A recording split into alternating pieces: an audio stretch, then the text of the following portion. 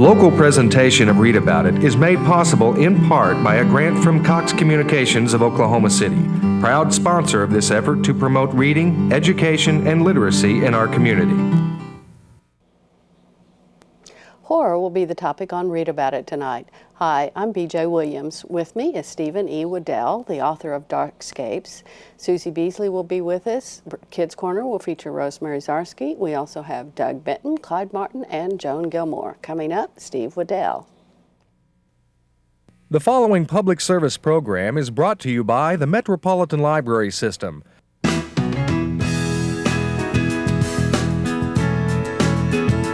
And now, Read About It, with your host, BJ Williams.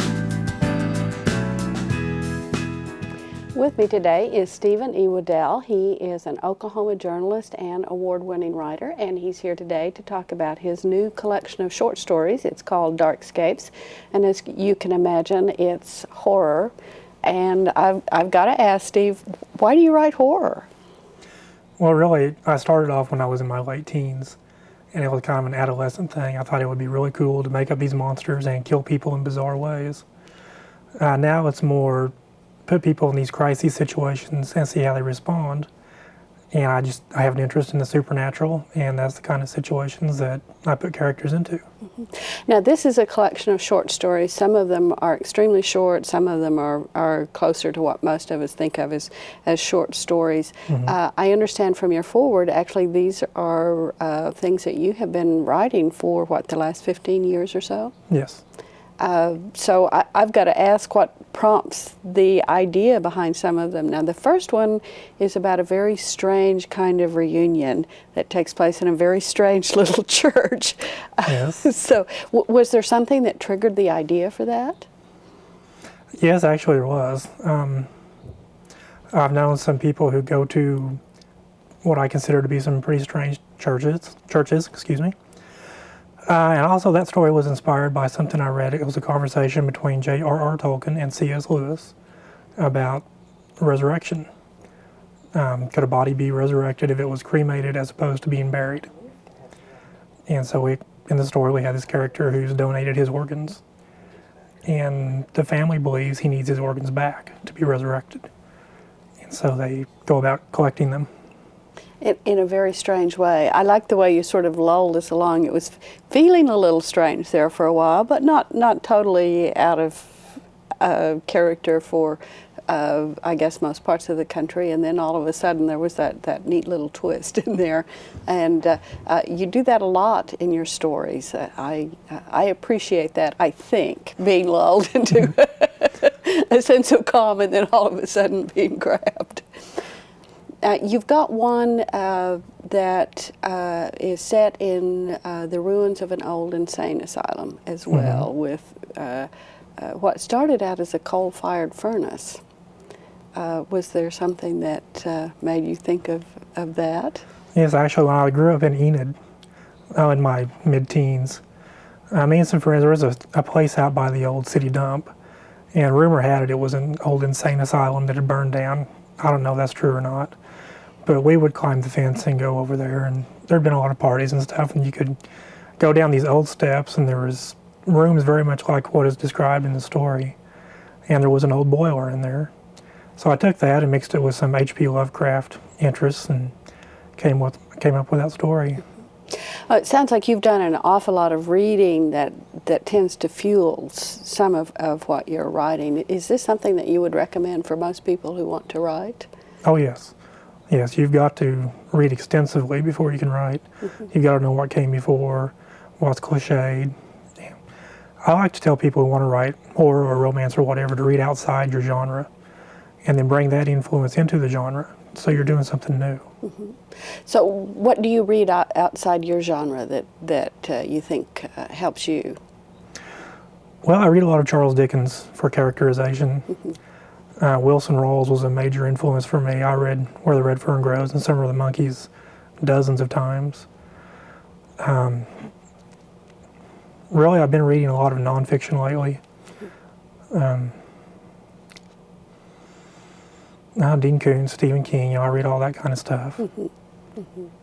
Well, you commented in this that you've got something that was sort of inspired or influenced by Lovecraft. You have something influenced by Stephen King. In fact, I think you said any horror writer who is not influenced by who says he's not influenced by Stephen King is a liar. Yes, I mean, Stephen King is such a major influence in the field. Right. I mean, you can't go to a bookstore. Most of the horror section is dedicated to Stephen King, so you have to acknowledge that. Right. Now, you put these short stories together yourself for to be published as a book. Did you put them together in a particular order? Not really. I put Reunion first because it had won the Short Scary Tales Best Story Award in 2000, so I wanted to open with one that I felt was really strong. And I put Warren Pepper's Victory Choir at the end because that's kind of the story that sort of closes the collection. That's when I made my first professional level sale, so I wanted that one at the end. Otherwise, I've got a lot of ghost stories. I tried not to put two ghost stories together, just kind of break it up that way. I wanted to put them in chronological order, but I really couldn't remember what came when. So, but now, do you write every day? Do you just say, I have to sit down and write something every day? I try to, and if I don't, after 3 or 4 days, I get very hard to live with. Oh, okay. So this is something your family encourages you to do. Yes, yeah. Steve needs to go write. There are times my wife sends me to the computer. So now, you said that this was, you started out kind of as, it sounds like kind of as a lark to write horror and something to scare people, and then it developed into the idea of people in crisis. Do you get characters from people around you or things that you read in the story, in the newspapers and that sort of thing? Yes. In fact, I mean, really a big turning point in my writing career was the story, The Halloween Feast, which is in this book. It's gotten most of my fan mail, and people love that story. And I was writing it, and it started off, it was just sort of a playback on Greek mythology. You have these ghosts who come back on Halloween, and they need to drink the blood of people. And I was writing it, and I thought, well, there needs to be more than this. So I developed the character of Lewis, who goes back, and he meets the ghost of his wife and son. And it was on that story I realized this really needs to be about the character and not just about ghosts drinking blood. And that was a major turning point for me. From then on, it's really been more about the characters than the monster or, the scary moment. So do you now start with the character and then place them in a scary situation? Usually. Sometimes I'll still think of the scary situation first, but I can't actually begin to write until I know the character a little bit. Well, you've definitely got some real believable characters in there. I think it's obvious in your writing that these are not just cardboard cutouts that fit into the situation, but they feel like they have substance and background to them as well. So, I think my background as a journalist really helped there. 'Cause I'm kind of shy anyway, so I don't get out and meet a lot of people, but as a journalist, I had to do it. I had to actually walk up to people and start asking questions Yes. and find out about them. Yeah, and you find out little, character quirks, the way they sit when they talk, hand motions. Well, and it seems to me that journalistic training also helped in observing, so that you could be very concrete in what people looked like, as you said, how they sat and talked, and also the situations that they were in as well. Oh, yeah. Yeah, you can't sit in your office and make up believable characters. You've got to get out and be with the people. Okay. Well, unfortunately, our time is up, but I want to thank you very much for being here with us today, Steve. Well, thank you for having me. We've had with us today Steven E Wedel telling us about his collection of short stories called Darkscapes. You can find it in your library and your favorite bookstore. Coming up next, we have Susie Beasley. She is usually talking to a librarian about a favorite book. This time I cornered her and asked her what she'd been reading. I think you'll enjoy what she had to say. Hey, Susie, what have you brought tonight? The Secret Life of Germs, Observation and Lessons from a Microbe Hunter. And this is Dr. Philip Turno. And Dr. Turno is a microbiologist with the New York University Medical Center. He is also the person who actually did the research on toxic shock syndrome back in the 70s. Oh my. So he has the background and credentials to come forward and tell us about the secret life of germs, which there are good germs and there are bad germs. My understanding is everybody is a walking germ factory. That is correct, and it's not just on the door of the restrooms or that. It's at other places too. Telephones at work, telephones anywhere, public or whatever, and your cell phone. So what Dr. Turno has done, he has brought a very readable book in layman's terms that tells you what we need to do as a society to protect ourselves against these germs, because more and more the germs are getting more powerful, and there are only so many antibiotics that can really, take care of them. Well, I understand now there actually are some diseases and some bacteria that almost eat antibiotics for breakfast. That's right. Mm-hmm. Yeah, because Vicodins is one that is like, the premier antibiotic, as they call it. That's the last stage if you're going to try to eradicate some bacteria in your system. But Dr. Turno, he kind of speaks from experience, and he just tells it like it is. And I recommend this book for everyone meaning parents, daycare workers, people in the medical field, because I understand they do have probably more training than anyone else, people that work in fire and rescue, emergency medical technicians and things like that. However, lay people need to be aware, because he basically says, before you go into the kitchen and cook or prepare anything, what are you preparing? You can't prepare, pork chops the same way you would do a garden salad. You have to take precautions to protect yourself and your family, because foodborne pathogens are making people sick every day, and not just a small quantity of them. And he even goes in depth and talk about our drinking water supply and making sure that you know what the water report says for the municipality where you live, and you take protective measures there, and don't assume because it looks clean that it is clean. Same as going into a lab and finding a beacon of something clear, liquid. Don't assume that it's water, because it may be something else.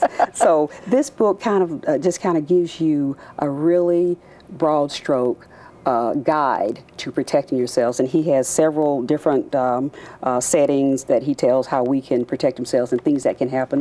Not trying to frighten anybody, but to let you know that just you need good common sense. Good common sense, and you need to have a positive response to that. And the title again? The title again is The Secret Life of Germs, Observations and Lessons from a Microbe Hunter by Dr. Philip Turno. Thanks, Susie, and you can find this book at your library and your favorite bookstore.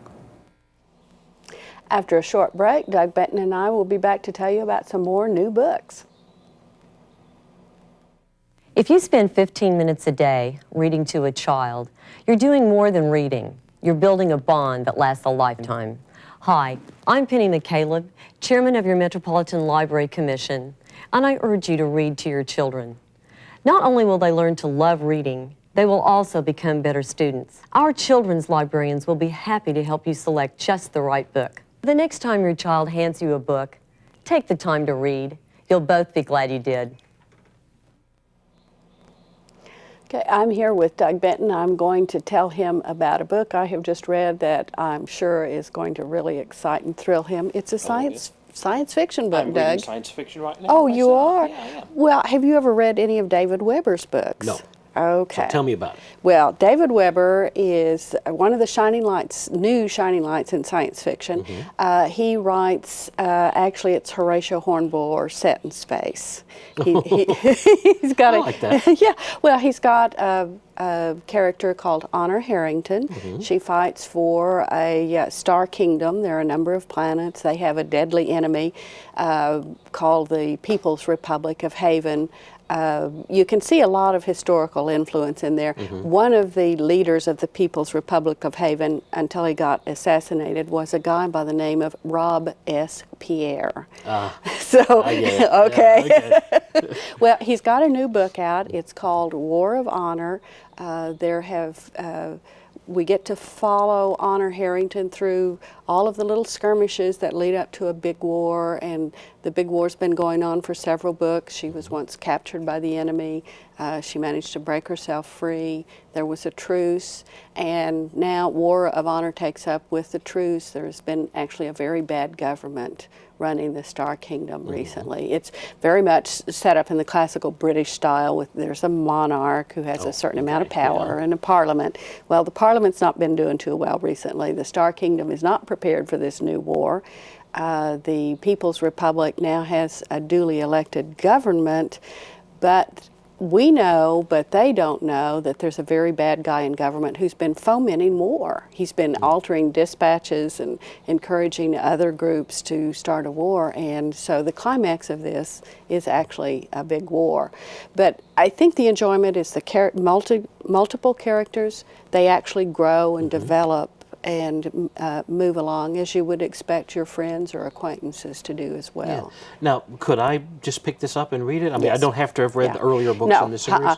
they've all got a little foreword that sets you in place, Good but enough. they're all self-contained novels. So yeah, if you want to start with this one, and I'll just mention briefly because we're running out of time, comes with a CD attached in it that has all of the Honor Harrington books and short stories. Great. So if you want to get this one, you've got the whole collection. You can go back, print it out in any format that you want, or just read it from your computer. Perfect. So it's really neat. If you want space opera in the grand tradition, I would highly recommend David Weber.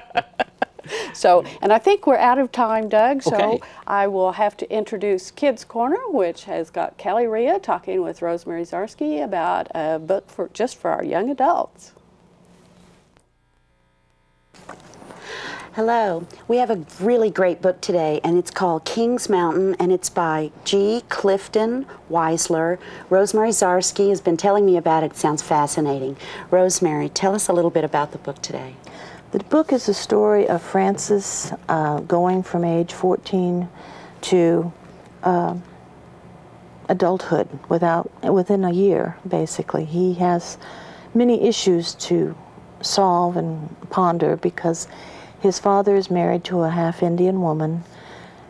This is not present day. No, this is fiction. American history, Revolutionary period, pre-Revolutionary and Revolutionary And period. that's why that fact is so important to the story. Right, because he loves his Indian American friends in family, but you know, just like there are some good ones and there are some bad ones, and they go to fight what they perceive are the bad ones, and he refuses to go. He refuses to carry a rifle, so he's sort of not the most favorite person in town. So he goes off to Camden with his sister Kate. And they were sent to a boarding school? Or? No, they just went to help their grandmother run an inn. Ah. But then the war has started, and Camden is overrun by the Redcoats and the Tories. And they're definitely not Redcoats or Tories. So they're caught in the middle of this war. Right. And one of the Tories is, you know, he's just looking for an excuse to hang Francis. I mean, this is the way that war was fought. And Francis lies and says he's been told by a colonel to give water to the prisoners, and he gives water to the Patriot prisoners that are there at Camden, and he's on the run because, of course, now that Tory's got a good excuse to call him a patriot and penalize him. And penalize him severely. So he goes back home, hiding all the way, and has some adventures doing it. So it's very suspenseful. Oh, very. And he has to resolve, will he carry a rifle? Will he fight in this war? Will he stay home and defend the homeland? And he has to really think about this, especially since he's an artist and he can draw. He's got the sensitivity that he doesn't want to create any harm to anyone. Oh. But he does go to Kings Mountain, and he is there for the Battle of Kings Mountain. Kings Mountain is a really good book. Rosemary's not going to tell you all about it today, so you'll have to find it at your local bookstore or your favorite library. Thanks, Kelly and Rosemary. It's time now for the New York Times bestseller list. We'll start out with hardback fiction. Number 10 is No One to Trust by Iris Johansen. The New Jedi Order, Destiny's Way by Walter Williams. I Don't Know How She Does It by Allison Pearson. Red Rabbit by Tom Clancy. The Murder Book by Jonathan Kellerman. The Crush by Sandra Brown. Blessings by Anna Quindlen. From a Buick 8 by Stephen King. Nights in Rodanthe by Nicholas Sparks is number 2, and Alice Sebold's The Lovely Bones is number 1. On the nonfiction list, number 10 is Fighting Back by Bill Salmon. The Demon in the Freezer by Richard Preston. Sandy Koufax by Jane Levy. Take on the Street by Arthur Levitt with Paula Dwyer. Live from New York by Tom Shales and James Miller. Abraham by Bruce Feiler. Longitudes and Attitudes by Thomas Friedman. Let Freedom Ring by Sean Hannity. Let's Roll by Lisa Beamer with Ken Abraham is number 2. And Leadership by Rudolph Giuliani with Ken Curson is number 1. On the children's list, number 10 is Abarat by Clive Barker. The Reptile Room by Lemony Snicket. The Thief Lord by Cornelia Funk. Hoot by Carl Hyacin. Harry Potter and the Chamber of Secrets by J.K. Rowling. The Bad Beginning by Lemony Snicket. Summerland by Michael Chabon. Double Fudge by Judy Blume. Number 2 is Tris by Brian Jacques. And number 1 is Junie B., First Grader, Toothless Wonder by Barbara Park. Coming up next, we have Doug Benton of the Metropolitan Library System and the Oklahoma Gazette. He'll be talking with Clyde Martin, that renowned radio opera host and actor, about a book I think you'll both enjoy. Hi, everybody. I'm here once again with my friend Clyde Martin. Clyde, welcome back to the show. Thank you. What have you got to talk to us about today? Guess what? Let me see. It's got to be either movies or football, your two favorite subjects. Sure. Yeah. Well, no. It's about opera. Opera. Because the opera season's about to begin. Mm-hmm. And the opera season means the Met to most people. Mm-hmm. And there is a book I've been sort of holding back on. It came out last year, just before Christmas, called Moto Agitato. Roughly agitation. And that's Sounds like the Met. That's the Met. It is written by Joanna Fiedler, who is the daughter of Arthur Fiedler. Arthur Fiedler, yes. right. And she was the press representative of the Met for 15 years. Mm-hmm. So she had access to the archives and all the papers and the contracts and a lot of the dirt.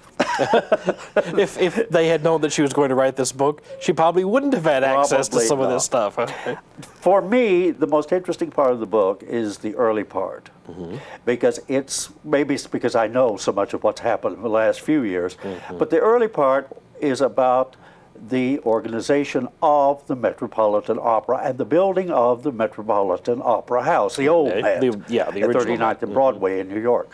The way this came about was some of the socialites of the time found that they were not permitted to have boxes at the Academy of Music, which was the musical and social place in New York.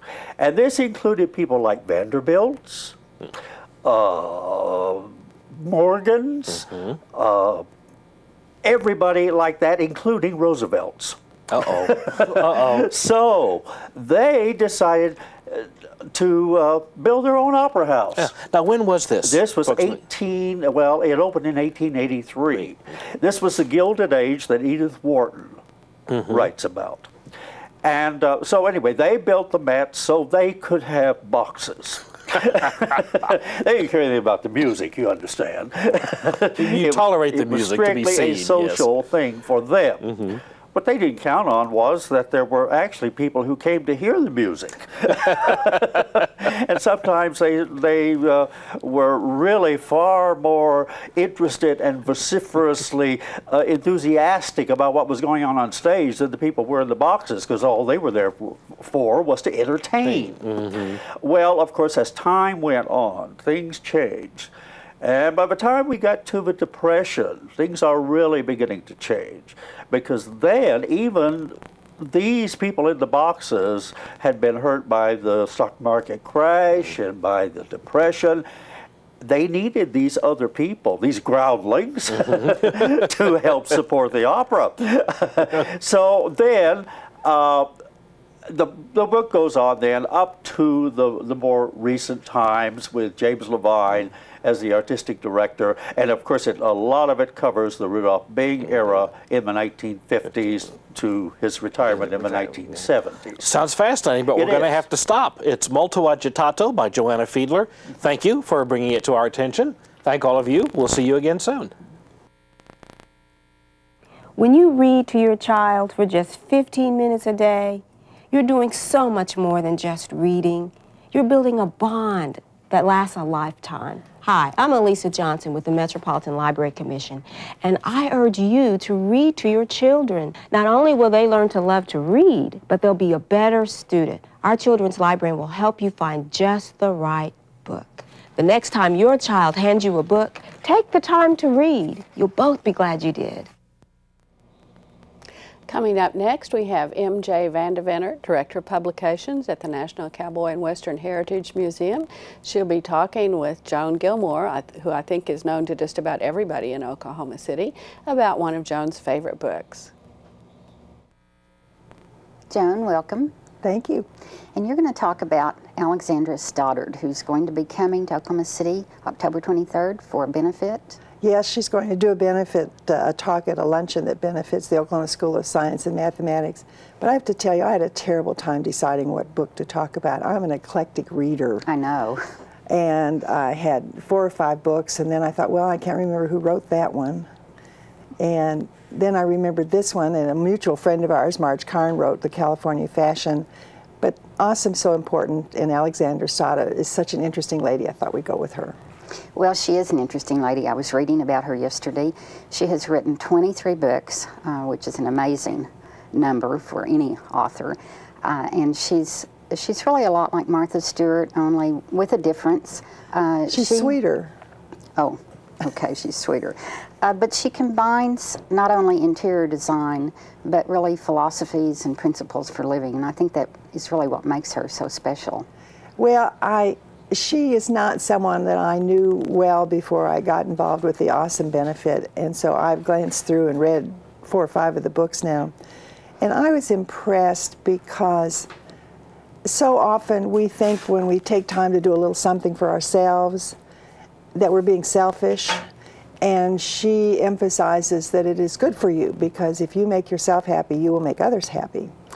And I was particularly interested in one line that she said. She said, "Our family always dined in the dining room, even if it was only chipped beef." Oh, I read that.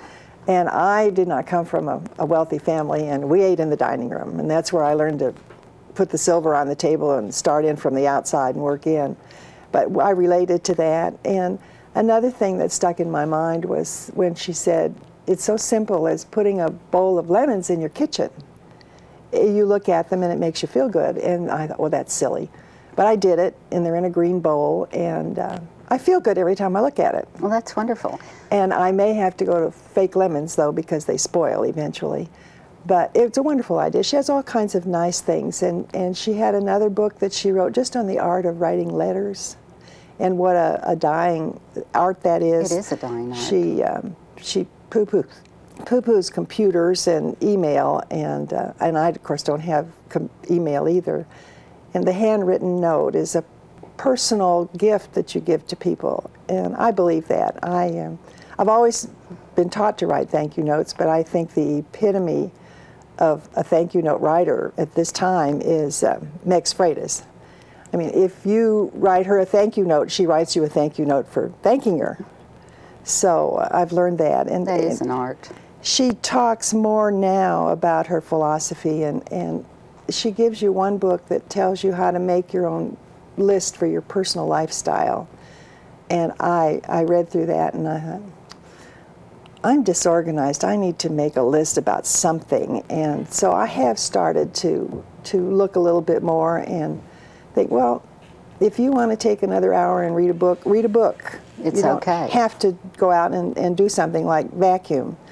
Well, you know, we're about out of time. And, Already? Already, and we didn't really get to talk about California fashion, so we'll ask you back. And you Well, can we talk can about do it that. another time. All right. Thank you for being Uh-huh. here. Thanks, MJ and Joan. Be sure and check out the Metropolitan Library System at its website on www.metrolibrary.org. You can find out everything you ever wanted to know about the library at that site. Thanks for being with us. We'll see you again next time.